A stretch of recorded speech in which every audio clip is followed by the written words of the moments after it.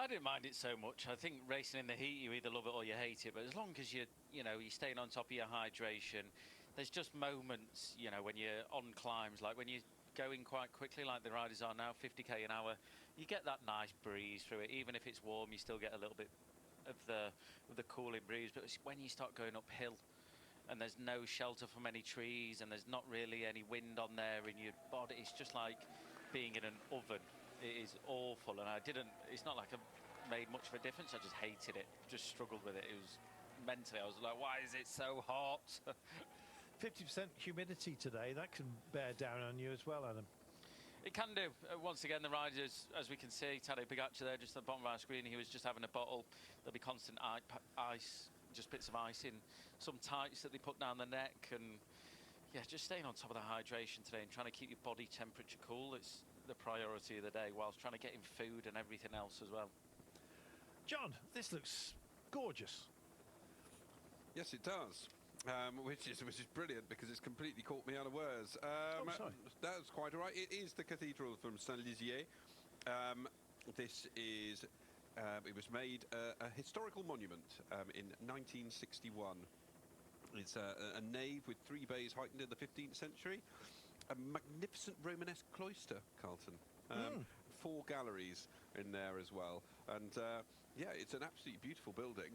I would love to go in there, in the centre of Saint-Giron. If only just to cool off, I imagine, which historically is what riders used to do. They used to sleep in churches and chapels, help themselves, I'm certain, to the font, to fill the bidons and the like, unsupported as they were. Is there a rule in Jono about the colour of tile that some villages have to have? Because I can see a lot of the same colour there, which you rarely see. I think it's just that it's the cheapest product down here. I think that's happened. I think this has been the same colour tile right the way through this part of the world for many years. I will tell you one thing, and that is that if you want to colour your house anything other than the blanco, the whitewash, you have to ask the mayor. Oh. There we are, within this part of the world. And if he says no, then white it is.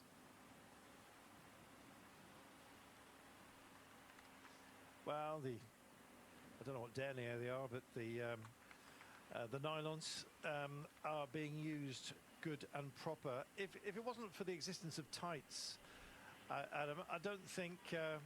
I think they would have had to be invented just for cyclists to put ice in and put them down the back of their neck. It's amazing. It is, yeah. It's very funny when you go on in the team trucks as well, and you see a load of packets of ladies' tights hung up in the back of the truck, and you're like, what on earth are these being used for? But they are used. They're cut, tied, little knots in them, filled with ice. Another little knot at the top, and the ice obviously melts and just drips through and cools you down. It's brilliant, simple yet very, very effective. Amazing. With the anterior and exterior jugular, so either side of your neck, just getting the cooling water as it melts on the back of your neck. I mean, it couldn't be any better, Sean. Well, it's very important to try to keep the body temperature down, and in the warm conditions, it's really uncomfortable, and especially, as Adam said, when you start going uphill, that's where you can get the problem of overheating. And today, 29 degrees we're hearing. It's not the real exceptional warm weather you can get down here. Sometimes you can get 35 degrees, and when it goes to over that 30, that's where it's the real test, and a lot of riders suffer majorly because of the heat. And we talk about a lot of riders as well, they don't support or bear the heat as well as others, but 30 degrees, it's still for those guys it's okay. 5 degrees less would be much better, but not extraordinary warm conditions today. Well, by the reports of the taste, Sean, maybe teams need to sort of have a toaster in the back of the car. Well, yes, it's surprising to see that the taste is not to all as liking there, but we know the gels, we heard about they are taking gels before the start, and you know, the gels are great when you're in the final of a stage, meaning the final 2 hours, but when you have to take them at the earlier part and possibly before the start, as we were just hearing there, that is, you know, a real difficult one, because the gels, they are hard on the stomach. The bars are a bit easy on the earlier part, and then you go to gels later. That was the understanding I had. But, you know, we know how much they have to get in and how much, you know, they have to consume per hour. It's just amazing, and you've got to be able to do it, and you know, you have to got the stomach as well. We talk about the riders being able to, you know, climb, descend, being able to handle their bike, but you also have to got a stomach to be able to, you know, digest all of that. And, you know, that is another part of being one of these great riders in the Tour de France. If you can't take that, if your stomach can't, you know, manage it, well, then you have a problem, and you're going to, you know, pay performance-wise. So again, another part of, you know, being a rider, to be able to be competitive in the Tour de France every day. Some riders don't sustain the gels terribly well when they're having to put them one in after the other, and on a pretty tough day such as this, Adam, that could have an impact. You just don't want it. Sometimes your body just rejects it. It does, yeah. I mean, that's the other thing with gels, is that, you know, your stomach can't always hack having that amount of gels in there. We saw Matt Stevens a couple of days ago with what he picked up in a musette, and there was the old traditional rice cake, very easy to digest, and just some normal food in your tummy, which is sometimes what you need, because you're shoving all these gels down your necks every 10 minutes of the day or whatever they might be having. It is a lot to digest, and sometimes your stomach does not agree with it. So I think it's just a case of the gels are there for ease, and they are easy to take, and it gets all the calories in that you need to, but a little bit of food every now and again for the riders doesn't hurt either. Breakaway, the gap has just swelled a little bit. No Louis Meintjes, unfortunately, he's back in the peloton. In fact, he's at the back of the peloton. I think, Carlton, with that, the commissaires, go on. Sorry, we were questioning it earlier where the team car was, and we know that there's a big gruppetto behind and everything, and Biniam Girmay might have been, well, he is in there, but with the team car behind that. But it's surprising there might have been another car even further back than that, and that's why Louis Meintjes, both cars might have been behind one group that was behind the peloton and another group behind the peloton as well. So a big shame for him. Yeah. Because normally when you've got someone in the break, you always have a car there, or you spoke to another team car that can service them as well. You know, it could have been just something as simple as a nature break for those in the car. They have to take them as well. That's happened before. In fact, I think famously there was a team, wasn't there, who actually stopped to buy themselves some ice cream and found themselves out of position. Got harangued later on.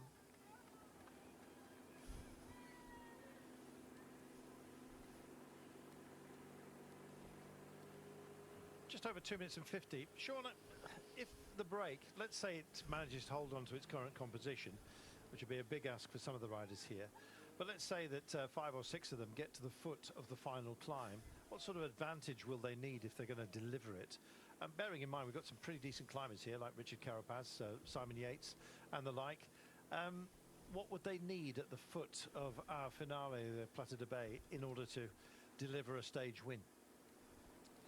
Well, looking at yesterday, and we see the man from EF Education, Easy Post, Ben Healy, he had, I think, a bit over a minute, maybe a minute and 20, and you know, he held out there for a long time. If you look at the riders we've got here, we've got some, you know, very good climbers. I think they need 2.5 minutes, and that would take a good rider here to be able to hold on. And you know, when you look at the quality of climbers we have here, you know, Hindley, for example, he'd be a real one, a danger one, if they give him that 2.5 minutes going on to the final climb. It will be an interesting one to see how much they have to contribute as well in this, 15-man group we have got here.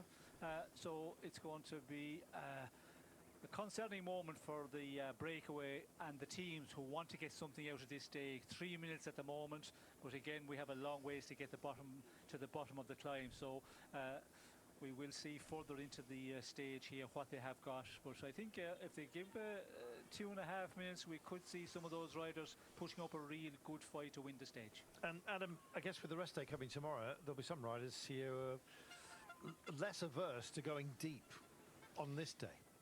Yeah, go as deep as they need to, I think, for a lot of them. I think you've just got to follow the race and keep up with the race, and rest day or no rest day tomorrow, they're still going to go for it. But I think with that rest day there, Carlton, that some riders will really want to rip the legs off today. You know, if they need to go all in, throw the kitchen sink at it as well, and just give it everything they've got with an easier day tomorrow.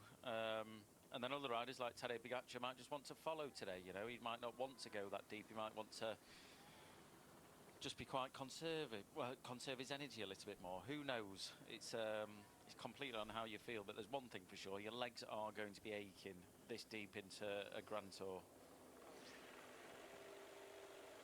Just looking at the breakaway, two French riders out of this 15-man group, so it's going to be an interesting one.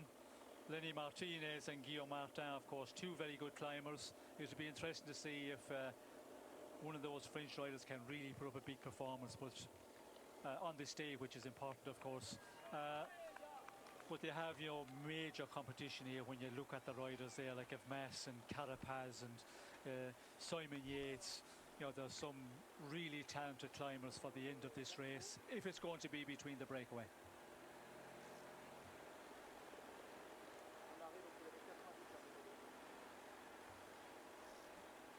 Welcome back, everybody. We are starting to pick up and go uphill. We've come down one valley and we're now going up another. There is plenty still to be told about this story today, and to rejoin us and pick up this tale, it's Rob Hatch. Thank you very much, Carlton. And look at this gap going out to over 3 minutes for the first time. They will be starting, not quite to fully believe, but at least believe they have something of an opportunity to affect the race and put their names in the stage winners column. There's Remco Evenepoel. He said he's been happy to follow for now. Got a marvellous 2:22. He's in third place.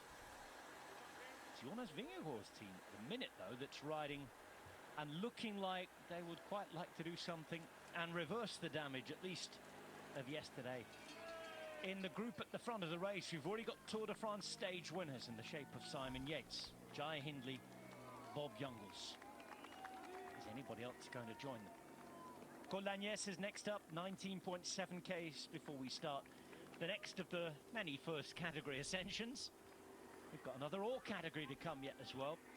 It's very much more of a slow burner, gents, than it was yesterday. It's a proper old-fashioned big Grand Tour mountain stage, that's Adam. It is a proper one, and it's going to be a cracker. You know, this final section of climbing, I spoke about this at the start of the day, the stage is almost split into two halves. You've got the start with all the climbs, the fight for the breakaway that we eventually got. This sort of flatter section in the middle that lasts about an hour for the riders that they're on now. And then they get into the final part of the race, and that's when it's going to get interesting. And for me, that time gap that you mentioned, Rob, Visma Leasabike don't necessarily have to bring this back right now. You know, it's not about, I don't think the stage win for them, it's about the time that they need at the finish. So back off on this part, just cruise along, save the energy, and then when they get into the next part of the climbing, that's when they can really start to push on, because that's when they're going to hurt the other riders' legs. Big day for France in that it's the national day, but there's only one Frenchman, in fact two Frenchmen up the road. Lenny Martinez, the young man, and Guillaume Martin, who tries and tries and tries to have the success. You wonder whether today will be his day. Giulio Ciccone is on his way back. Having a good tour on the GC front. Different tour for him attacking a GC like this. But he's 8th at the moment. 9 minutes, 9 seconds down. Here's another one similar to Derek G, who we heard from earlier. You know, such an entertainer going for the stage wins.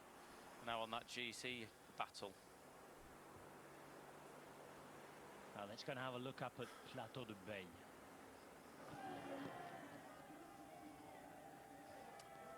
Well, very different conditions, as we can see here. Joaquim Rodriguez coming home in first place, 1 minute and 12 seconds ahead of Jakob Fuglsang back in 2015 up the Plateau de Beille on the 102nd Tour de France, 195-kilometre stage that set out from Lannemezan.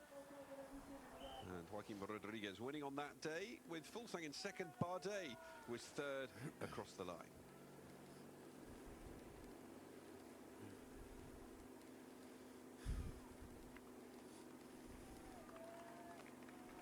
First time we went there was 1998. This is the 6th visit to the summit high in the Pyrenees. Tough climb consistently, just looking at the profile. I mean, there's a little bit in the last few hundred meters where it goes down to 3%. Apart from that, though, if you're familiar with all of these profiles we look at of the mountains, the gradients are either in the black or in the red. They're very high.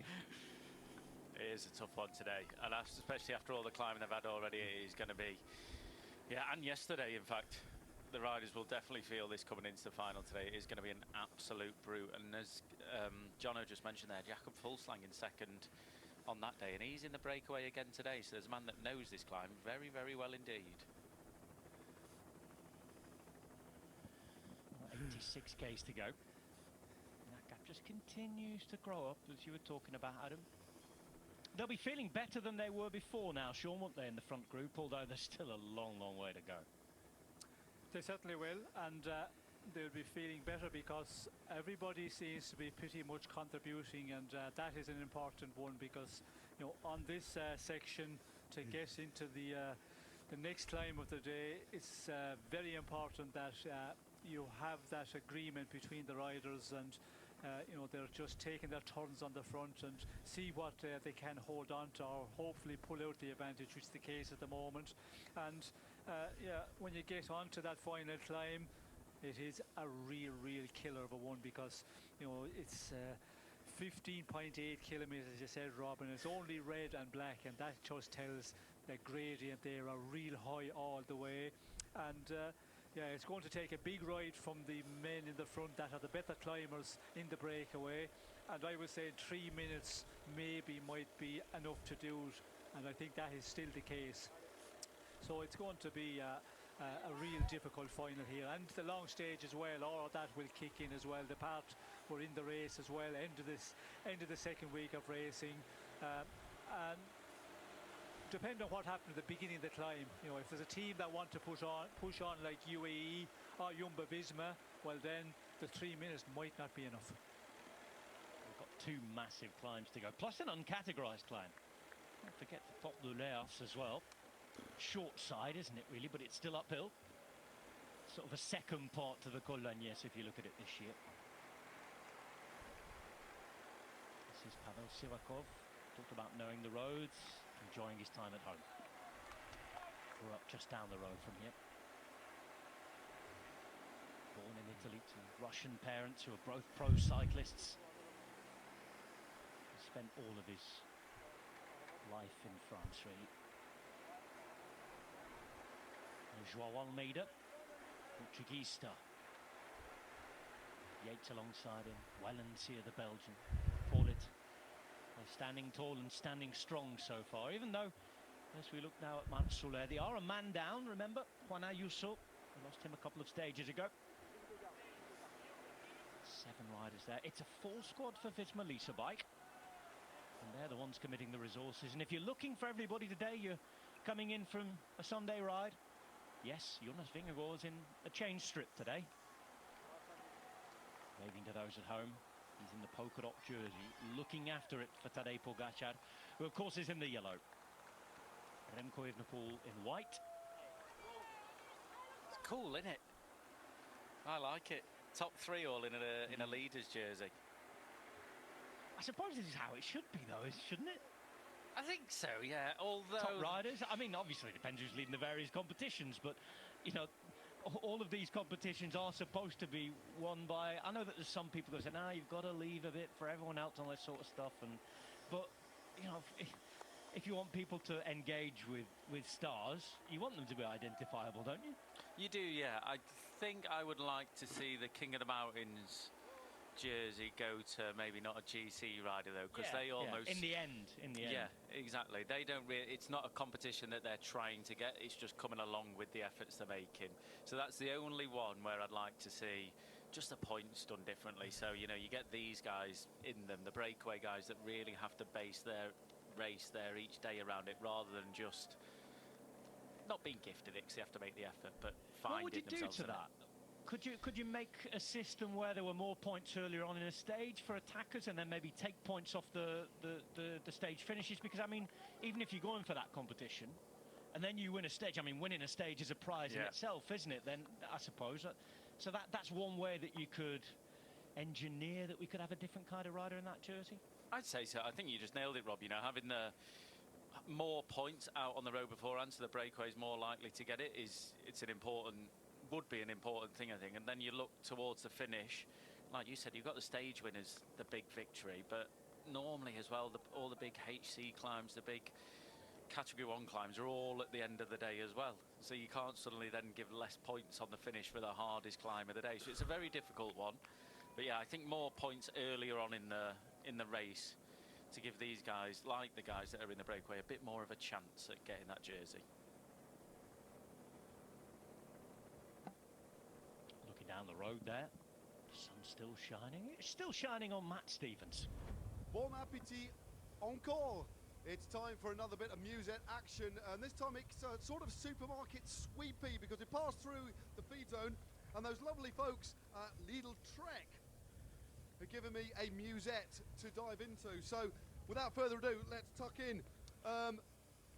Couple of carbohydrate gels. I heard you guys earlier on, the commentators, talking about carbohydrate gels. We've got a couple in there as we go through another feed zone. We're just behind a group, just behind the main peloton by a couple of minutes. This is a rather odd shaped bidon, because obviously it fits into their bike frames a little bit differently. That the Trek's obviously unique, so that's a very unique looking bottle. But this is a slushy, so it's basically a slush puppy. Oh yeah, that's super nice. That is super fresh. We've got a cheeky little can of Freeway Cola. Freeway, well, he's going to have that one. So Freeway Cola, have a little sip. It's basically, yeah, Lidl's Coca-Cola, as it were. Freeway Cola. We're kind of on a freeway, aren't we? And finally, oh, it's all about keeping cool today. Look, an old pair of tights, or hopefully a new pair of tights. I don't think these have been pre-worn. It's some ice. Oh, stick it down your back, mate. Oh, there we go. That is absolutely bon. Oh, keeping cool. Anyway, bon appetit, everybody. Back to our commentators. Two things there. One, Matt has been chatting to your mate Rosetta that little bit more, because his French is getting a little more fluent every day. Two, roller cola. They've been having some roller cola. I mean, that roller cola that he gives to his driver as well. Matt's obviously not been paying attention to how he uses it, because he gives it to him with one hand to open. The other hand's using the accelerator, bless him. He's brilliant. 8p for 13 litres, roller cola. Oh, I used to love a bit of roller cola back in there. You're going to make ice lollies from it later on. Oh, they were nice as well, weren't they? Might have to go to the fridge afterwards and put a bit of roller cola in. Here's all your Lascano. He deserves a slush or two. I tell you, that's a great idea, isn't it? The slush, the granizado, as Lascano be used to having. Lemon or almond in this part of the world, actually, but all sorts of flavours. And I've been to a few time trials, and it's quite a big thing for time trials, isn't it? There's a slush machine hanging around the bus at the time trial. It's a bit like a treat, isn't it? Yeah, just it's just basically drinking ice, isn't it? Like the coldest of cold water. But on a day like today, absolutely lovely when you can get, you know, just that fresh cold drink. You know, you only have to wait 10-15 minutes in this temperature and it's all melted. The bottle started going warm again as well. So for the first hit you get, oh, it's wonderful. It's like when you have a hot drink as well on a cold day. You get it out your feed bag and it's a bit too hot and you burn your mouth, but you quite enjoy the burn because it's something hot in your mouth.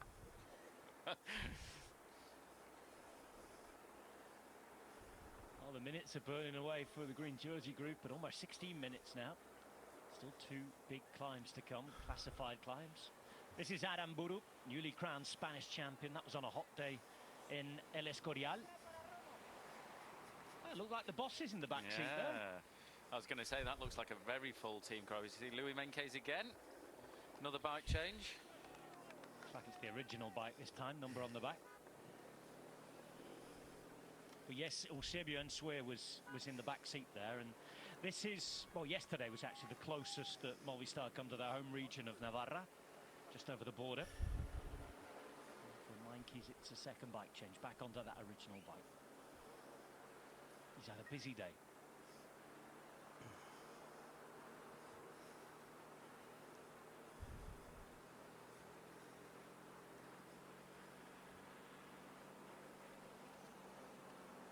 his way back, the now veteran rider in the Tour, you have to say. Been around for a long time now. 32 is a man from Pretoria.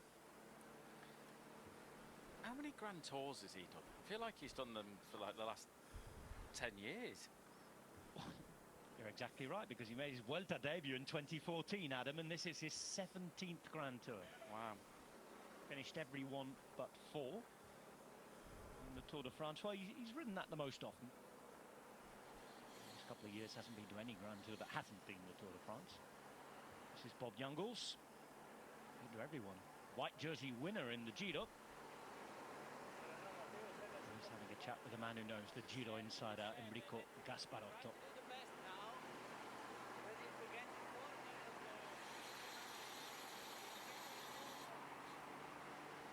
Goldagnès is on the way, 10 k's away. Did you get any of that, Adam? I think it was try to do your best now with maybe the work in there. I'm not too sure, really. It could have been anything that we're referring to, so I don't want to go guessing about it. But you just be talking about the tactics within that break. You know, the breakaway is strong. Red Bull have lost Roglic, as we all know, in this race, and they'll want to get something out of it. And they've got a great chance today. You know, they've got him and Sobrero in there, Hindley as well within this breakaway. So I can imagine that it'll be based around Hindley today with the attributes that he's got and the climber that he is. So maybe just do your best now to, you know, give Jai as much help as possible and do your best doing that. Stage in for Jai Hindley today, and we talked about it several times, haven't you? It's one of those things where you could see him going on and then attacking other stages and maybe coming out with 1 or 2 wins. Carapaz is another of those rides. You feel he gets one, he could be on a roll and he'd be at it again. Polka dot jersey we were talking about too would be up for grabs for one of these riders getting in big points, all category climb at the end today. I think Carapaz, the way that he's been going and attacking this race has been brilliant so far. You know, even a couple of days ago on that flattish run into the finish, he was off the front with one other rider. He's hungry and he will be full of morale. That team will be full of morale as well. When you think they've had the yellow jersey, they've been fighting to get in breakaways. You look at how they're getting in breakaways as well, like riding on the front with Bettiol. He's almost Ben Healy's right arm man now for getting him in a break. He accelerates on his wheel. So I think, well, for sure he's full of morale, but he's obviously got the legs. It's hard to not get him on the attack at the minute. 50 k's an hour in the valley here. Falls flat uphill for a lot of it as well. We heard an interview this morning, Rob, from Pogacar. You know, there's a few people criticising him for maybe doing too much, you know, not saving energy when he can and just being a bit too aggressive. And it's quite interesting the way we looked at it, because there is that criticism. He's doing too much, he doesn't need to do this, he doesn't need to do that. And I always think it's brilliant when you look at his CV, you look at his palmares and say, argue with me. Argue with me what I'm doing wrong here. Well, when our TV viewers come back in just a minute, I'll read a few more stats, and they get more astounding every day with Tadej Pogacar. That's another interesting thing about him. He's just continually setting records, ripping up record books.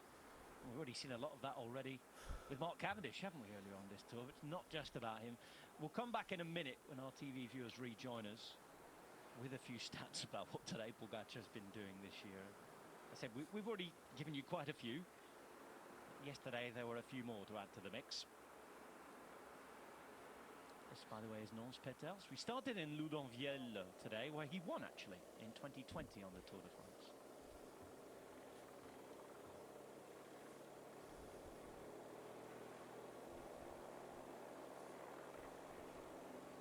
Wout van Aert is on a mission today. He's been joined for much of the day by Matteo Jorgensen as well. Bart Lemon up there too. They've been working hard, working well, working together. This Melissa bike would quite like to hit back. Yesterday was about Tadej Pogacar, who grabbed back the momentum in pretty spectacular style. Yesterday was his 45th race day of the season, Madam Blythe. It was his 16th win. That means that he's won 36% of the races he started this year. Over a third of the races he started, he's won. And that's not counting the second, third places and all the other times he's just controlled because he's been in a leader's jersey as well. By the way, the leader's jerseys, 32 of them so far this year. It's just... That's it's, just in Grand Tours, Adam. It's crazy, isn't it? Like, it is crazy. People, you know, like, if you win a Tour de France stage, you've won a Tour de France stage. It's huge. It's the highlight of your career almost. You know, there's nothing, unless you win the Worlds or something like that, there's nothing really bigger, or a one-day classic, a monument. There's nothing bigger. And Tadej Pogačar is just constantly in that yellow jersey. He's constantly winning races, constantly winning stages. Like, what's he up to now? 13 stage wins in 4 Grand Tours, 5 Grand Tours, Tour de France's. It's incredible. And you have to remember, he's a GC rider. You know, he can win time trials, he can win mountain days, but he's not contesting sprints, he's not contesting breakaway days. He's just... Yeah, I mean, his palmares, looking down, it gets to one of those ones where you start looking at, similar to Sean. You know, you start looking at Sean's palmares, we forget what Sean's done a lot of the time, and then you go, well, I do, and then you go through his CV and you're like, oh my, like, what hasn't Sean Kelly won? You know? Talking of CVs, he's always going to get the job, isn't he? It's a very impressive one if you lay that one down on the interview. Yeah, he is indeed. We talked about 13 wins. His 13 wins from his 4.5 tours so far account for more than a half of his team's total wins ever at the Tour. Yesterday was the 25th stage win for UAE Emirates and predecessors. So I'm talking Lampre as well, down the years. And you think of all the victories and great riders they had. Certainly, you think back into the noughties and, you know, the Simonis and people like that who rode for them. Piccolo Principe, Damiano Cunego as well. What a squad they were with their multiple victories, you know, sprinters as well. Petacchi rode for them for a while. We saw Gasparotto, didn't we, before? He was there for a little while. Some tremendous riders were there. But yes, Pogačar, in just 4.5 participations at the Tour, has more than half of the team's Tour de France stage wins ever. And if you want to put Jonas Vingegaard into the story here, yesterday was the 9th time that they finished first and second together in whatever order. And by the way, that equals a record between two riders that hadn't been touched since the 1930s. A gentleman named André Leduc and Charles Pélissier, the other man in the mix, they were first and second 9 times between 1929 and 1931. And these two together, in their short history together, say what, 3-4 years riding the Tour together, where they've shared out the Tours, 2 each. Yes, first and second for the 9th time. And you'd imagine the way they're racing, even today there could be a possibility if things were to come back. But there's other days where it could happen again and they could be setting the record. So in terms of adversaries going at each other, just looking at the numbers there, we are in one of the most special eras we've ever had. We are, yeah, and that's just those GC riders, you know. Then you look at the classics, and I think that's also, Rob, what makes Tadej Pogačar a different bike rider to me, you know. We talked about a few days ago, talking about Jonas and Tadej, and Jonas is a Tour de France rider. He's a Grand Tour rider, and so is Tadej Pogačar, but at the same time with Tadej, the guy can go and win Tour of Flanders. Jonas can't do that. He's not that type of rider, and I think that's what makes him that exceptional bike rider. As we see a split within this break, the games are starting. Red Bull have been on the right side of it, along with Movistar. And it's Sobrero forcing the split there. Behind, you could see that Healy was forced to chase. He's getting some help now from Guillaume Martin, because on this day of all days, he does not want to miss out. And both French riders have missed the split here. I mean, this is bad.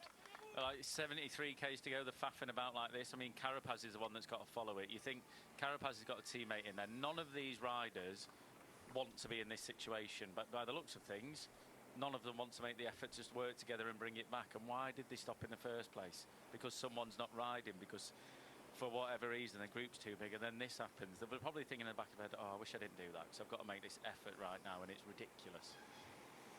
There's also a lot of roads still to go, isn't it? Can they not just ride on together and keep the advantage up? We've got a first category climb, another section in a valley for nigh on 20 kilometres after that, and then we've got an all category climb. Yeah, I mean, they're just looking at Carapaz there. It's ridiculous how they're riding, you know. There's a climber in there with Richard Carapaz, one of the best climbers within this breakaway, one of the best climbers within this Tour de France. It's that simple, really, and they're all looking at him, say, you need to close this down. If they think about it, if they go with Carapaz on the climb and he bridges across, that's going to be the hardest thing for them. They're just not giving themselves the best chance. This gap now growing, it's probably 15, 20 seconds at the minute. These riders riding in the front, Red Bull, absolute perfection here. And then you look at these guys, you're like, what on earth are you doing? There's a lot of looking around, a lot of looking around. And then there's a move, Simon Yates, followed by Martin. At the front, it's Mas, Hindley, Jungles, Sobrero. 3 riders from Red Bull Bora Hansgrohe making that front split that they engineered. They're with Laurens de Plus, Javier Romo, and Ben Healy. It's just ridiculous. Like, you make all that effort to get in the break, you really go full gas, and then this happens. A split goes up the road on a flatter part of the section. You're not even dropped on a climb, you're just doing it because you want to save energy. You know, if you get a ride like that, it's well, it frustrates me, Rob. It does. It's just dim. I wish you had the mountain legs back in your career, because the tactical side, I just love watching it play out in your head while you're watching this, and you get angry at all of these moves. But you do, like, this is the stuff that is really ridiculous and shouldn't happen, you know. Say if one of these riders finished second, that was in that second split today, say, I don't know, Carapaz or Fullsline, whoever it is, and they just couldn't quite catch Jai Hindley by 12 seconds, 10 seconds. They think that, oh, look, I could have won that stage if I just committed then and didn't let that wheel go, or I just helped to chase it down. What's happening now? It's 21 seconds. A big one, it grows. This is what's coming up, by the way. And it is the Col d'Agnès, starting right there in Oulu-les-Bains. And look at that, goes into the black straight away. That's plus 9% afterwards, between 6 and 9% into that red gradient. Twists its way up the mountain onto a bit of a plateau before it's back in the woods there. And pretty consistent. It's nasty. It doesn't go below 6.5% at any point, really. Consistently nasty all the way up to 1,500 meters. It's the first category, Col d'Agnès, 10 kilometers at 8.2%. And considering what they've already done today, what they've already done in this tour, it is brutal. By the way, today is the stage with the most climbing in a single day at this particular tour. 5,000 meters over 198 Ks. It's also one of the warmest days they've had at the tour as well, 30 degrees. It's a proper day out, Rob. I mean, they're getting close to 5,000 meters of climbing. I think in the neutral zone that they had, 5,936 meters of elevation today. It is enormous.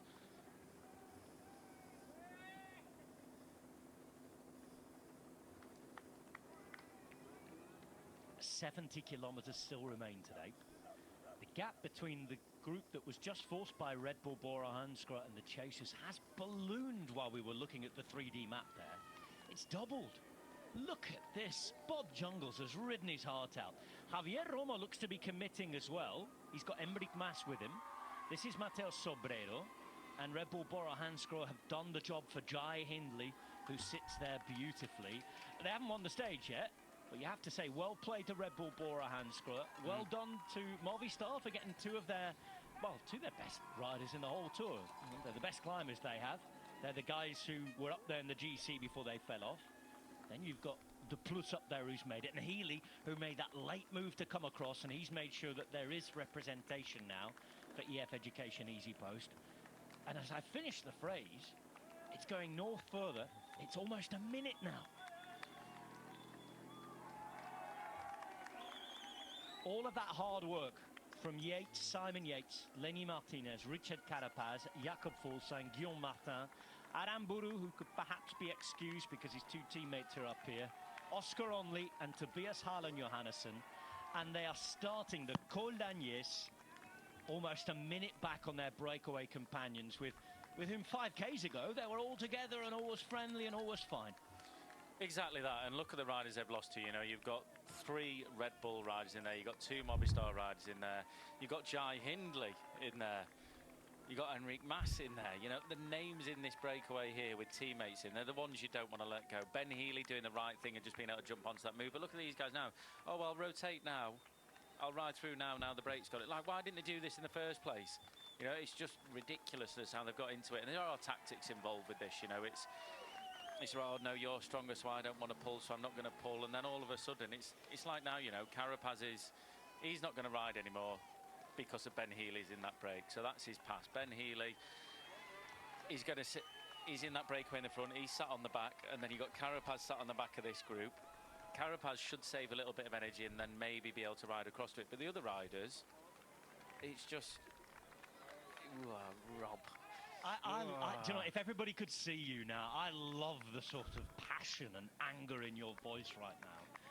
You know, you're clenching your fists as you say this. I know, but it's half-wittedness, like it really is. And I know there's that bit of bike riding where there's tactics involved. You don't want to pull other riders along for the sake of pulling riders along. But put yourself in the bike race. Don't take yourself out of it because another guy that's not as strong as you isn't working.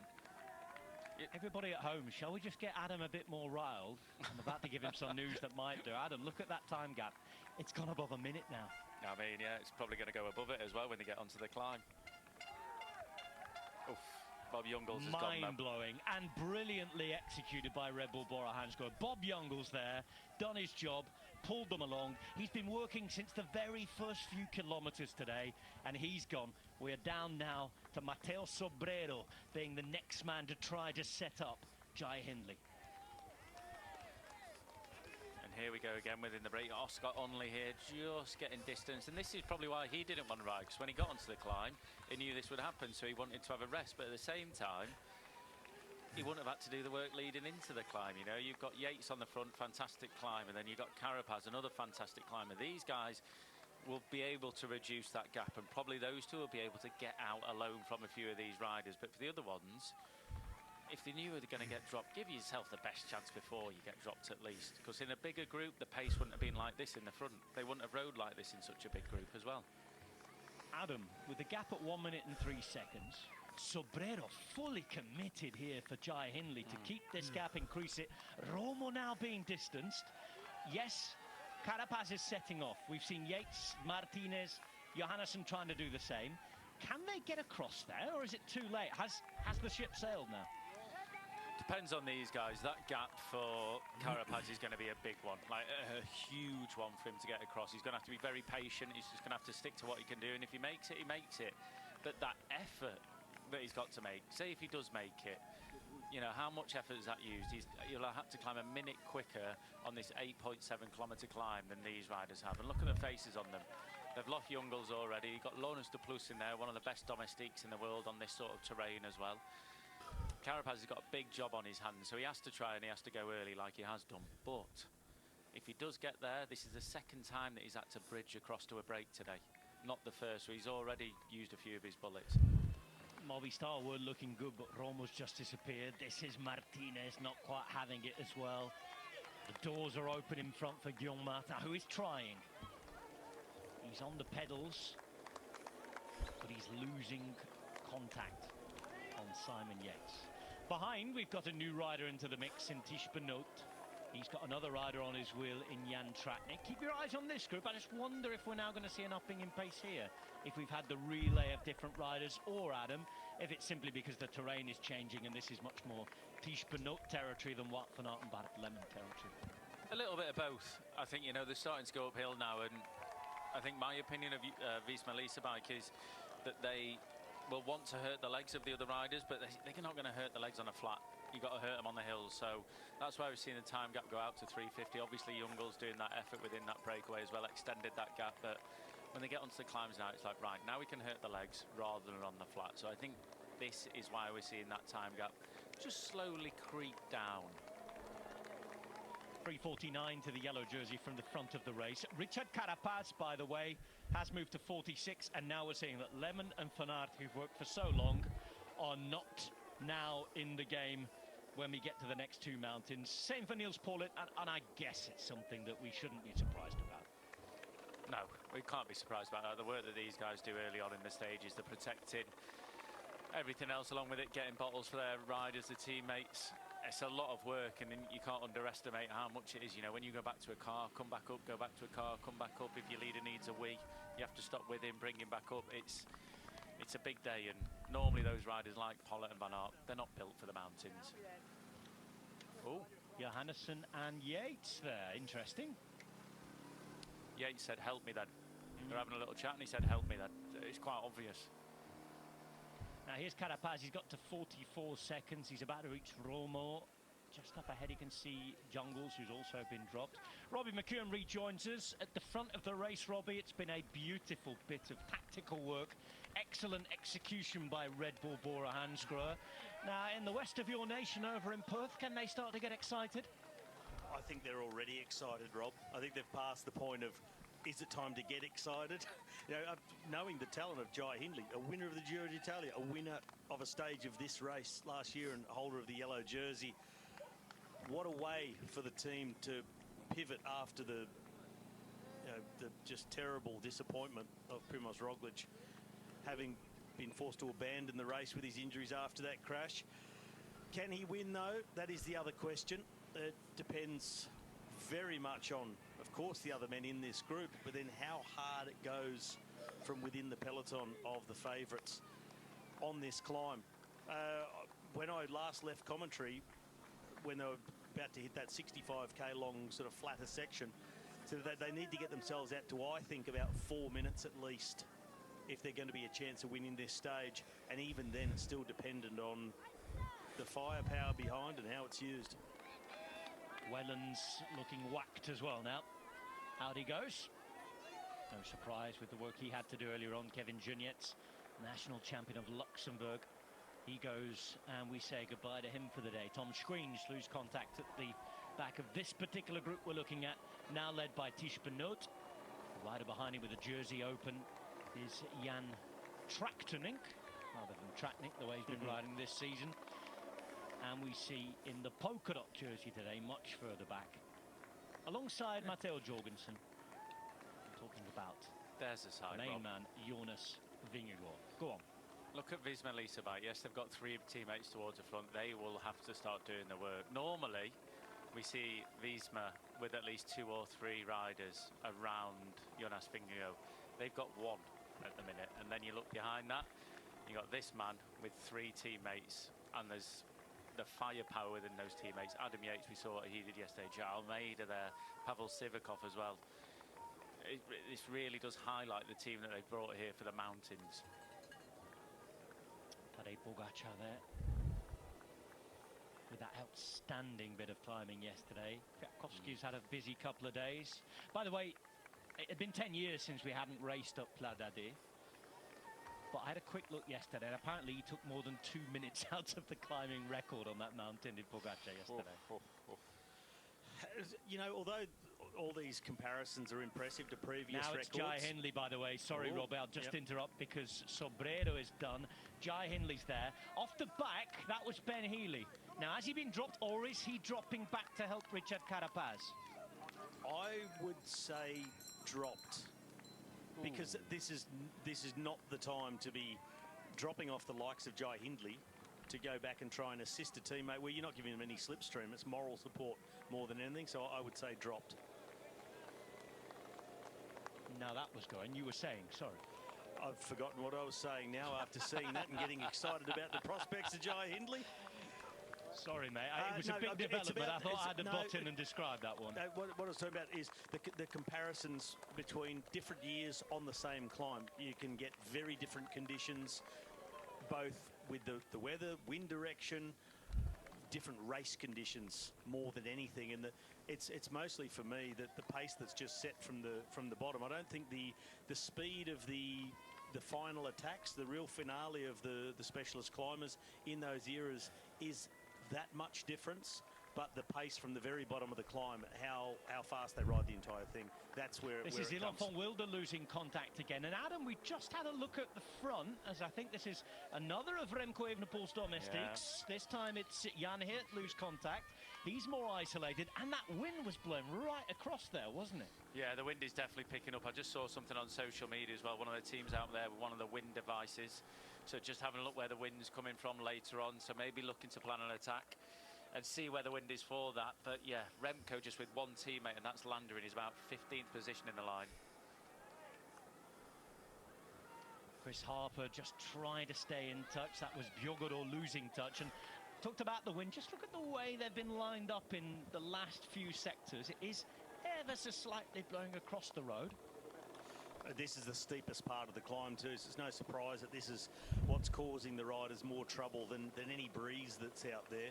And the breeze 5-6k an hour, but the gradients of 11% is what's doing the damage. Would this be something now that maybe with the wind as it is, the Carapaz, just to get that recovery, if Ben Healy did drop back to him? If it was an actual headwind straight into the face, could make a difference. But even on 11%, that's negligible. It was just the way that they were sort of angled across the road a minute ago, and they maintained that. Yeah. I think they've slightly changed direction now, so they're riding in more of a straight line. I think when you're on your absolute limit, and which you would be under these circumstances on these gradients, where he has dropped back and he's riding in front of him. I think when it's like this, you know, it's not necessarily they're going to go quicker. I think it's more for Carapaz to get that rest in the wind.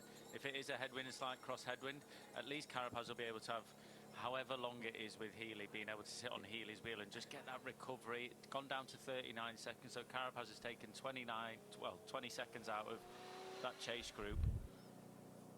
Healy looks quite good, so but it could be a combination of both, that he couldn't follow the pace being set at the front, has taken that time that it takes to be caught by Richard Carapaz to catch his breath a bit, let the lactic acid flow a bit out of the muscles, and then make another effort, everything he's got left for Carapaz. But we'll see if they're both able to ride across. That would be impressive. There was Charlie Wegelius as well, the team director, just chatting to the commissaire there as well about something or other. So, yeah, there must be some goings on. 40 seconds to make up, and Ben Healy today playing domestique for the Olympic champion Richard Carapaz, who is trying to win a stage of a tour. He's been second on a couple of occasions. Here is Enric Mas committing. I think they might be getting excited down in Perth. In Flanders, they'll have a bit of hope for Laurens de Plus, even though he's not the big name in here. And just down the road from me in Arta, the other side of the island in Mallorca, that is where Enric Mas is from. He has been up there for a long time. A Tour de France stage win would be a huge moment for a man who, despite his consistency, only has 6 professional wins in his career, and he's now 29. He's a rider, though. I mean, when he's on, he's on. It's just getting him on, I guess. But this man as well interests me. You know, we saw De Plus last year in the Giro, how good he was for Geraint Thomas, just consistent. If you look where he is now, since this group has split, he has not done a tap. He has not been on the front. As we spoke about before, he might just be saving a bit. He might be saving a bit here and there. Who knows? But just having him in that breakaway, I think, and if he's still there with those two, he's definitely feeling good today. And for Ineos, personally, they need that success. I'm just getting the impression that out of the 3, he's the one that's just starting to struggle, though, Laurens de Plus. I would be riding up this hill. Oh, anyway, it's not a, it's just an observation, not a... Well, talking of wins, De Plus is a solid domestique, isn't he? So he doesn't often get the chance to ride from himself.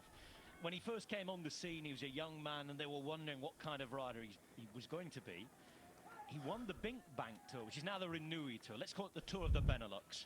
But he didn't win a stage then, so he's actually never won a pro race where he's come across the line and raised his arm as the actual race winner. So there's a first for everything, and here in the Pyrenees it would be a very big moment. Did you just see the graphic that came up on the right-hand side a minute ago, though, lads? There's more than 2,000 metres of climbing yet to come.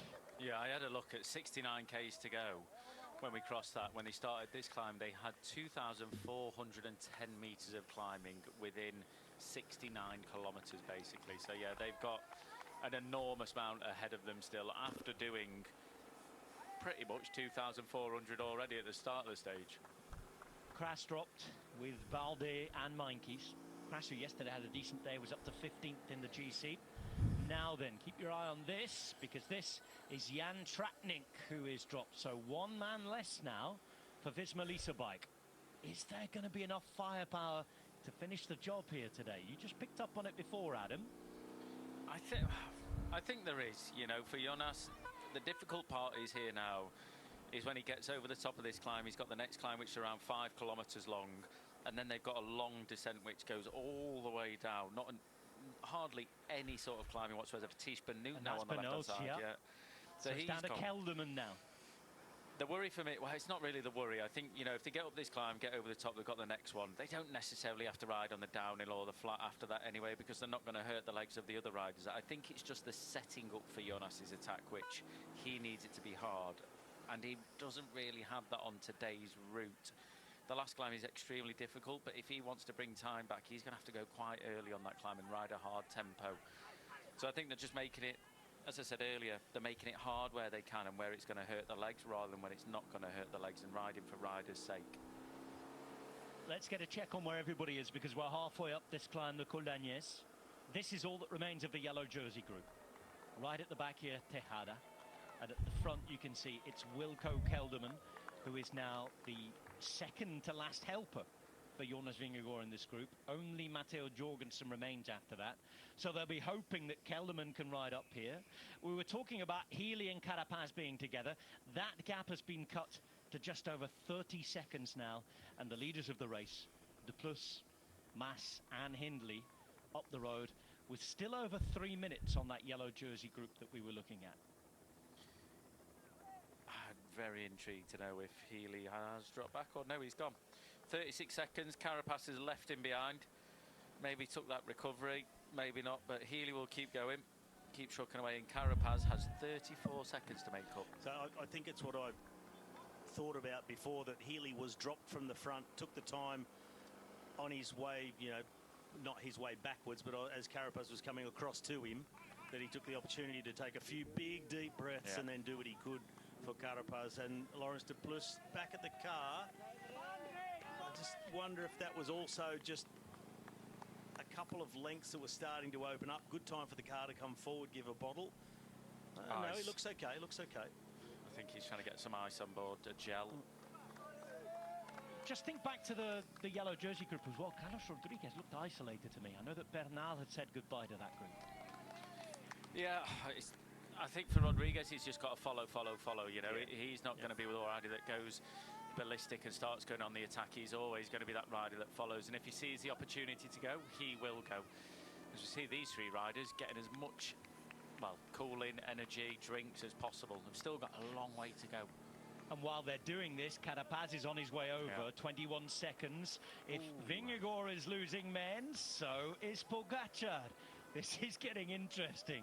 Weaker and weaker. Pogačar still has them all, men, at the moment, but it's Sivakov, who did a great job yesterday, who's behind and dropped as they're on their way up now. It's certainly becoming a battle of attrition, isn't it, as teammates go overboard one by one, and this group is just thinned out further and further. It's Wilco Kelderman setting the pace and ejecting that teammate for Tadej Pogačar, but right in his wheel is Marc Soler further back.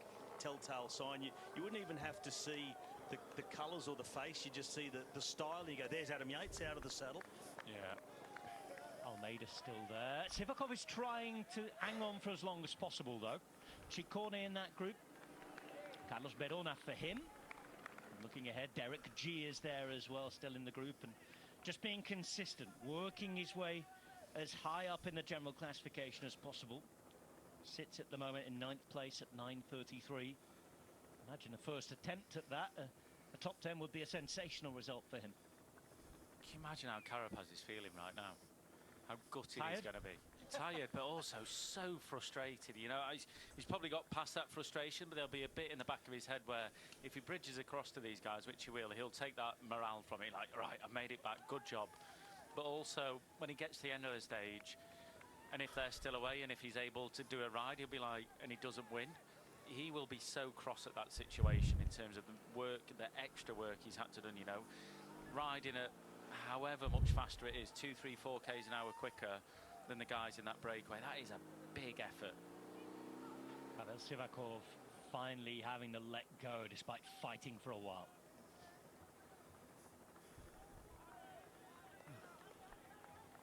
Looks beautiful from up here. Looks painful for those further down though.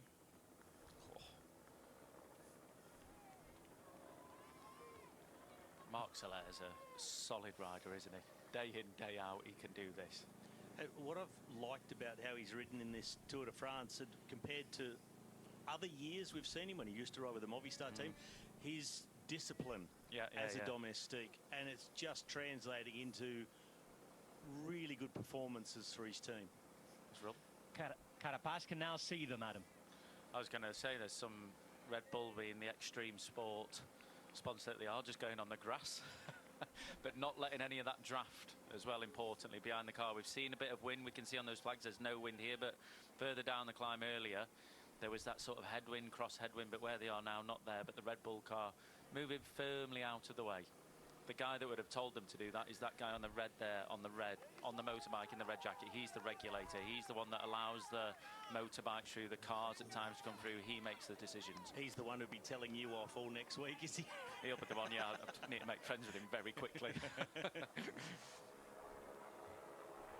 Romo caught by the yellow jersey group and trying to hang on. Stephen Williams is still in this group, by the way, alongside Derek G to help him. Remco Evenepoel still having Mikel Landa. We already mentioned Almeida. Adam Yates still there for UAE Emirates alongside Soler.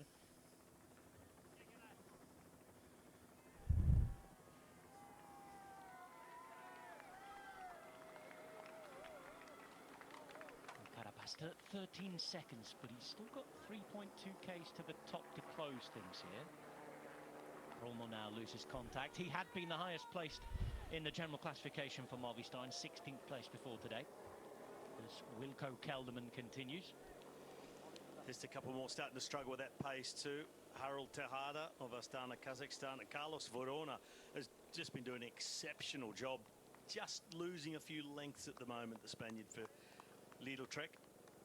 Oh, he's from the outskirts of Madrid originally, but he lives in Andorra nowadays, not too far from here. That's goodbye to Lenny Martinez. Tried his day on the French National Day in this debut Tour de France for him. And he is very quickly taken in by an ever-impressive Wilco Kelderman. Guy's like, shit, my ball. Santiago Buitrago is one of the other riders in the general classification up there. Currently sits in 12th place and standing to gain quite a bit if he stays here. He's been really coming on strong the last few days, and particularly good yesterday, Santi Buitrago. There's a few riders that have really started to find their rhythm, that you can see then when we talk about fatigue resistance, the riders who fit into that category, that there's keep cruising along and they seem to be under the radar, but it's only now coming into the final week we really start to say their names a lot more. Hello again. Carapaz rejoins the three amigos at the front. De Plus, Hindley, Mas, and now the Olympic champions here for EF Education Easy Post. 2.8 Ks to the top. So a while after they said goodbye, he is back, but how much has it taken out of him? Are you serious? He gave me every single star. Yellow jersey group. The next important And I was out. Okay, whatever. Take it. Seconds. It's between these four for now. Let's see how it plays out. Well, here's an interesting proposition. If you were Richard Carapaz, Adam, and you may feel that you've been flicked by Interesting. these riders when that group split and they really put the foot down to keep you at bay, get rid of you out of the group. You're ridden your way back across, go over the top of this climb. There's a short descent, another climb, then a decent descent. But what would your plan be from there? How, after making the effort you've had to make and feeling like you might be feeling about how they've done this, would say Ben Healy's chasing, so I've got to sit on. It's a difficult one. I mean, on the climb, he's obviously got very, very good legs. He's very capable. He's made up a minute in what, 8 kilometres? He's flying to be able to make that, and that's the second effort he's had to make doing that today. So I think backing himself, that he's just got to almost. We got just trying to recover and get himself ready for that last climb. 1,000 from challenge. Okay, that's not too bad. These guys are feeling. I can imagine for these guys, they might feel quite demoralised if they're going full Rip. and trying hard and they look back and all of a sudden, Carapaz is not like he came from the way in a minute.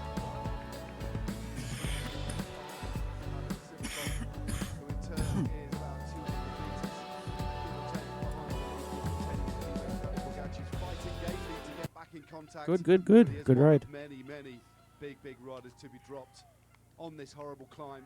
It's getting a little bit cooler as we get towards the top, which they'll definitely be welcomed. But we just got one of the race referees in front of us who's making sure that Pavel Sivakov gets no assistance whatsoever So from the tomorrow we cars. got a 2-hour Car will go by. burner, Former so team he rode for, of course. Then he's see what we can do tomorrow. Putting up that barrage. That is what his job is. He is a race regulator, making sure that anybody that's dropped has no real chance of getting back on unless it is under their own steam. Such a brutal sport. Back to the commentators.